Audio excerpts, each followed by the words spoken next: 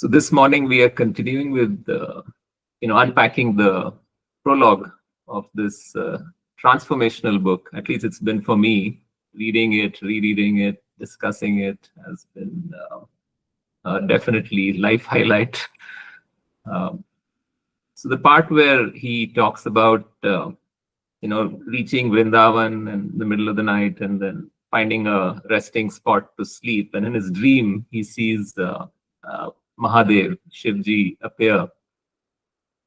And then his intention is so clear, and his desire to express his wish to find a spiritual teacher, spiritual master, is definitely something which attracts even devatas like Shivji to appear in his dream and give him instructions. And so the instructions also are very specific. Do this on this day, and then you will find your teacher. The teacher who will teach you the art of bhakti yoga or divine love, which will make your life and every moment skillful action. With compassion, you can live a heart-centered life. I think that's something we'll move toward in this book. But the idea of doing that tapasya, which is the Dandavat Parikrama, is something that Simon Haas, the author of the book, sort of commits to, and that vow, the sankalpa that he takes, is something we'll also want to discuss. What is an intention, what is the resolve, and how do we do it? So let me share my screen. I've got a few slides to talk about the Dandavat Parikrama. We touched upon it yesterday. It's a stick-like falling flat prostration on the ground. So it's literally being grounded to accept realities and learnings and teachings which are spiritual. So I'll just share my screen and then we'll discuss some of that.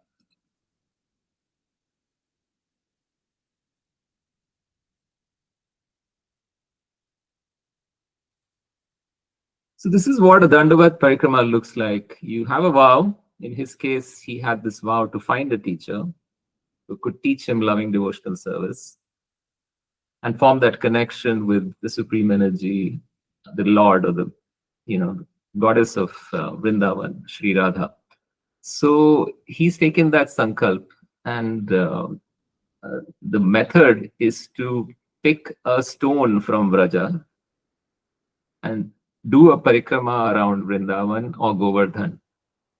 So this image is actually a friend who leads a company or a travel company, and he's extremely spiritually transformed and charged. He's the one at the background, Jai Jagannath. His name is Jai Jagannath. He's an American, but an African-American descent. Lives in New York. And he runs this parikrama during the month of Kartik, which is coming this year in end of September. So it varies. Sometimes it's in September, sometimes it's in October. So they do a 21-kilometer around the Govardhan Hill parikrama. And that not just walking in wearing your shoes, but barefoot and doing this prostrate, falling prostrate. It's like doing push-ups, but not for your physical strength and endurance, but more for developing humility and compassion. So imagine for someone who's very fit, it takes his group roughly between 14 to 20 days to complete that 21-kilometer stretch. So they try to do more than a kilometer a day by just doing these prostrate Dandavat Parikrama around the hill. So what does this really mean? And I was trying to understand that, okay, it makes you think of your sankalpa every moment, because just the intention, the vow that you take, the resolve gets firmed up with every prostration. It also, as you start unpacking it, your life story in that moment of physical limits, when your physical limits are being tested, you start seeing life and questioning life, and you can see different life moments with a sense of deep awareness. And that deep awareness leads to humility, and it also helps you let go of various false stories that you have, which basically are related to different identities we have in the world. It could be a parent, it could be an employee, it could be the boss, it could be a volunteer worker in society, it could be uh, things that I own, things that I want to own, things I like, things I don't like. So there are so many things that keep us thinking about our identity and sort of rooted on a temporary identity, which is our body's connection to the material world and our mind's desires for what we like and what we don't like, the dualities, as we call it. So, how do we rise above our attachments, fear, is the key. And this Dandavat Parikrama is one method. It's not the only method, but let's just say that's what they were experiencing, letting go of the false ego. So see through the web of identities and sort of opens our heart and mind, channels our energy to perform loving service. Every one of us is designed in this world to have a unique contribution, and hence this method helps us realize that, and it also helps us realize the true nature of our soul, which in Sanskrit has been very clearly defined as Sat Chit Anand. Through a practice of tapa, which is discipline, we uh, start valuing our true nature a lot more. There's nothing much that can really disgruntle us beyond a point. There's nothing that could take our peace away, or nothing that will make us feel that we don't have enough. So, our false identities, which lead to comparison, contrasting, fear, anger, lust, all of those start withering away. And I think that's one of my takeaways. So, if would you like to add something here? Yeah, Gayatri, please go ahead. Uh, Love no, you. sir. I mean, now that you're speaking about identity, and then that we play a lot of multiple roles in our life and in others' life as well, I just had this doubt that randomly came into my mind.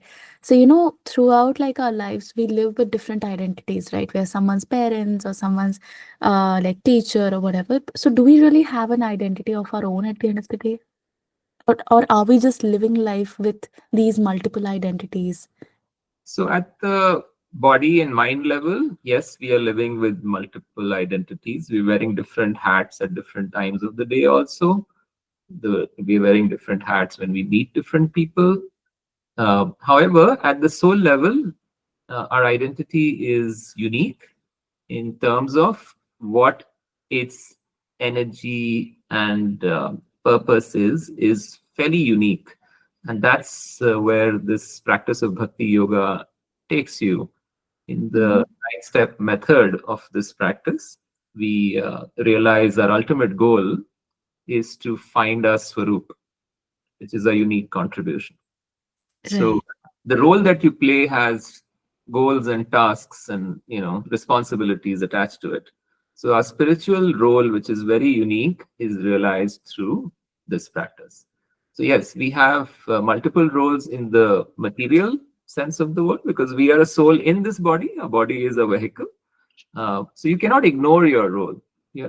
But what you can do is learn from life's lessons to skillfully be performing those roles with a heart-centeredness, and have that mood of loving service, so not to be disturbed too much. And with practice, that's the level you want to attain. That's the aspiration that you wish to have, so that you can achieve your unique contribution or realize your unique contribution.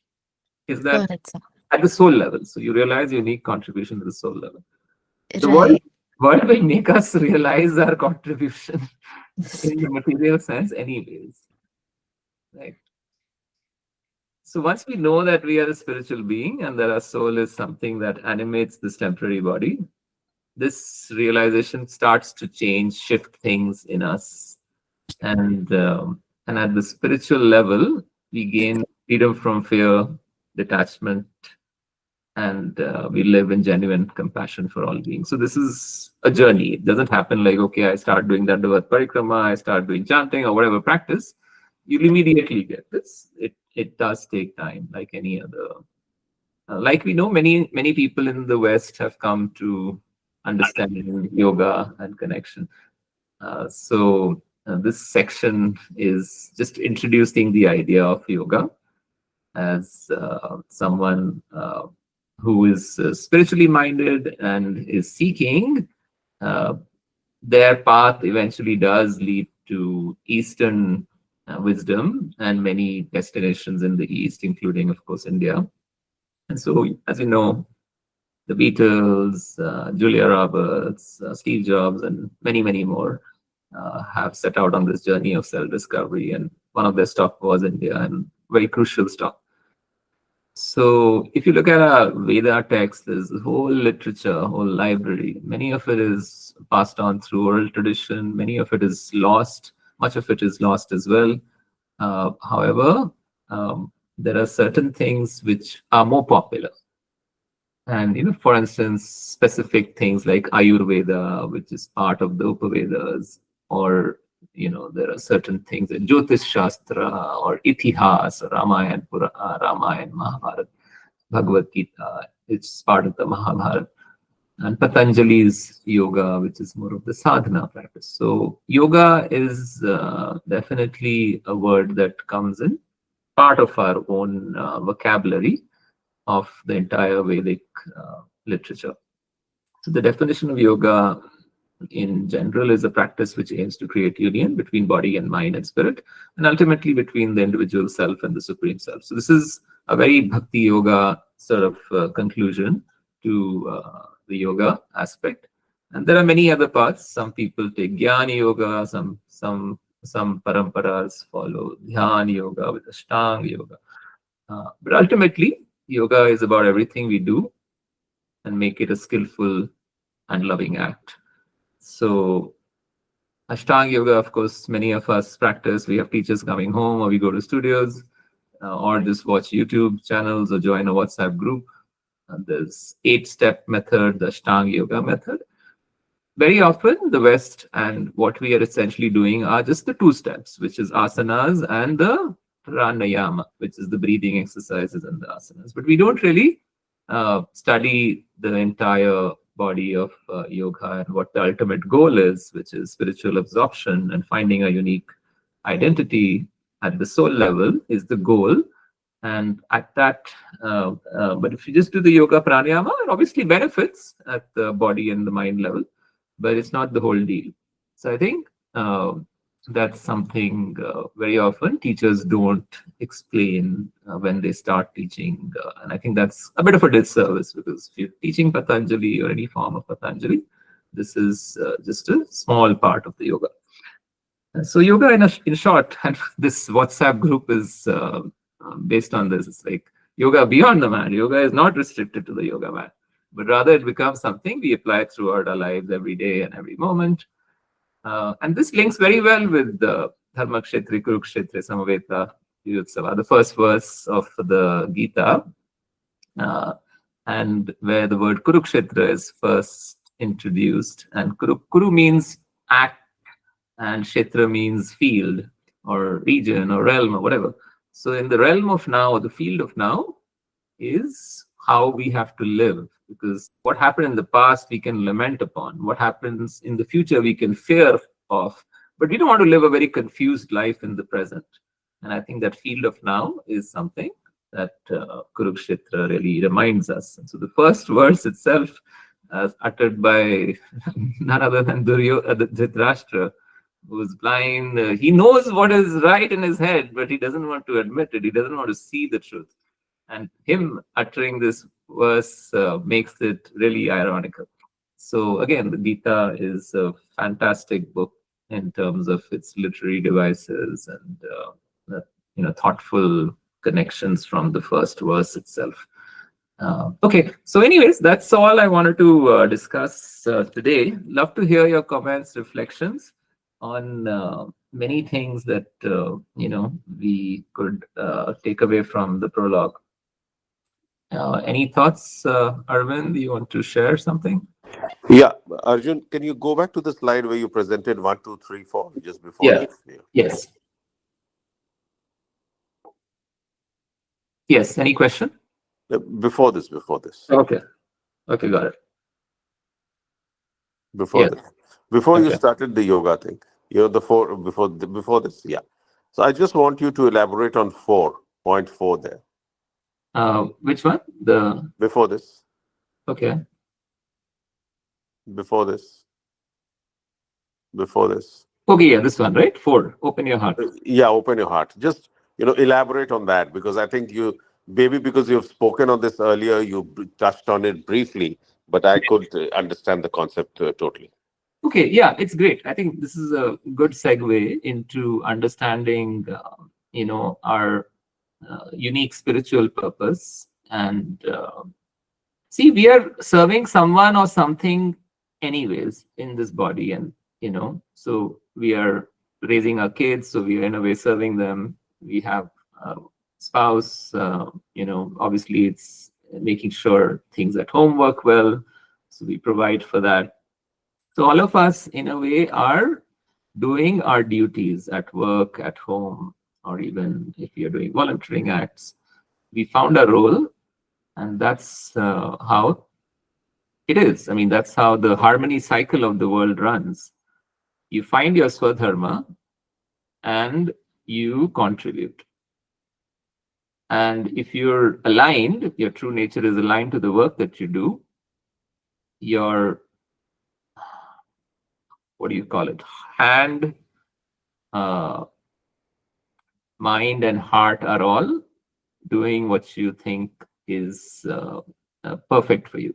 However, life is not perfect for many people, and it takes a journey to reach that state of equipoise. So, some of us are lucky to find that in our careers, and it's aligned. So, the point here is that we are serving anyways. How do we look at our soul's desire to serve? Anything that we do in this body is a reflection of what the soul actually uh, desires as well. So, if we want to live a life which is aligned to truth to our capabilities, roles, goals in this world, uh, that's also linked to a higher truth in the spiritual realm. So, in the spiritual realm, our roles are not temporary. When we were a parent of an infant, our role was very different. Now, when our son or daughter is settled in life, our role is just to do some check-in calls. Same, it changes. So, all the work we do in this world is temporary. It changes. So, But at the especially, soul level, hmm? sorry for interrupting here, but loving service, means I kind of got confused whether the service meant service in the real world or service in the spiritual world. So It you're referring to, Yeah. So is it clear now? Like it's yeah, actually yeah, clear. It just is the reflection of yeah. what a soul desire. Same with chit, which is how we discern things. What do we ingest every day in our body? How do we purify, our habits? Uh, that is chit. And the third is how do we act in service, which actually means the best form of being aligned to ahimsa, Satchit Ananda. Okay. Anand is realized by being compassionate and also not causing harm to the harmony cycle. So yeah, I think that's. In fact, we'll cover Anand in a very deep way Okay. as we move through this book. Okay, super. I think we've crossed our time. Any other question, Gayatri? Yes, please go ahead. Yes, I just had like a tiny reflection. So within the prologue, Mhm. the author has mentioned about Vivada. Um, Vishad. That is the yoga of despair, right, like, yes, sir. not Vivad, Vishad. Vishad, all right. Yeah, Vishad. So, like, at least, like, since I'm in the college level, and through this book, I've understood that, oftentimes we keep complaining about the little problems we have. but we don't really understand that these problems and then how we face them, like it's that step that really helps us transform. So I think that's another thing that this book has helped me understand, that we should not really, sit with that problem. I think we should really keep moving on, finding solutions and then trying to be better versions of ourselves. And it all starts with these tiny problems. Oh yes, absolutely. So despair actually is it's like you're in this university where you attend different classes. So the reason why you are in this material body, in this material world, which is temporary and is designed to give us suffering, Right.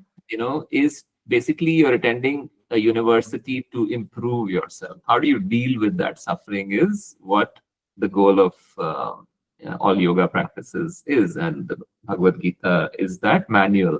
So we'll have life quakes or like earthquakes. They come from so many sources, and it might happen at any unappointed time. And the extent or damage they can create is based on the Richter scale, which is also unknown. So these are different areas where our life quakes can appear in our relationships, in our financial situation, in our physical and mental health, in acts of war and violence, and even our losing a meaning or job, or people who retire suddenly feel they don't have anything to do. So yes, these life quakes happen. Like we were saying, these life quakes pain leads to progress. No, pain leads to purpose, because it kind of helps us understand our true identity as we explore with good teachers. And also, problems are then we start viewing problems as means to progress in this spiritual journey. So yeah, I guess I hope that helps. Indeed, sir. All right, so thank you for joining Radio YBM, Yoga Beyond the Mat, and see you tomorrow. See you, sir. Bye, Arvind. Thank you. See you tomorrow.